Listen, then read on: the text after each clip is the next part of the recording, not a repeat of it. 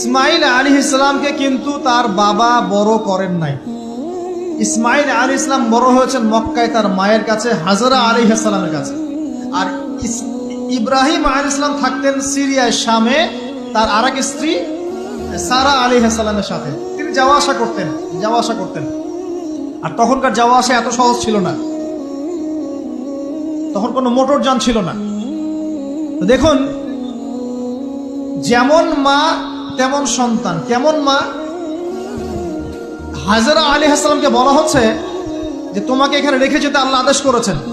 হাজরা আলাইহিস সালাম বলছেন এখানে তো কোনো পানিও নাই, কোনো খাবারও নাই, আপনি এখানে আমাদেরকে একা ফেলে যাচ্ছেন। ইব্রাহিম আলাইহিস সালাম বলছেন আল্লাহর আদেশ, কিছু করার নাই।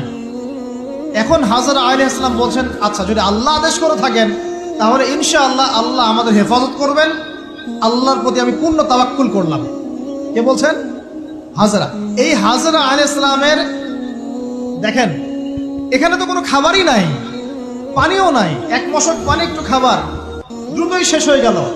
শেষ হওয়ার পর তিনি ছোটাছুটি করছেন, suffer Marwa, suffer Marwa, suffer Marwa, কোথাও যদি একটু পানি পাওয়া যায়। কি তাওয়াক্কুল আল্লাহর প্রতি! ছোটাছুটি করছেন, বাচ্চা ইসমাইল কান্নাকাটি করছে। মায়ের এই ছোটাছুটি আল্লাহর কাছে এত পছন্দ হয়েছে, যতদিন হজ থাকবে এই হাজরা আলাইহিস সালামের স্মৃতির সাথে জড়িত এই সাই থাকবে।